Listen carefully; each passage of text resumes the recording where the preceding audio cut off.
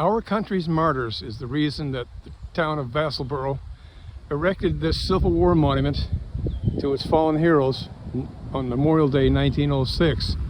Carved from Maine granite, the monument features a Union soldier standing guard. You will notice that his rifled musket is missing.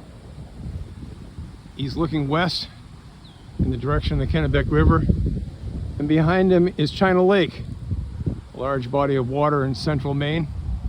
The names on the monument are those who died in the service, either in combat, disease, or perhaps in a southern prison camp during the Civil War.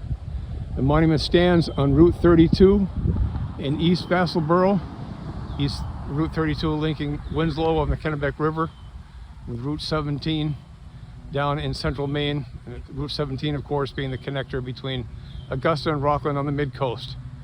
So this monument proudly recalls the men, the heroes, who gave their lives for the United States of America.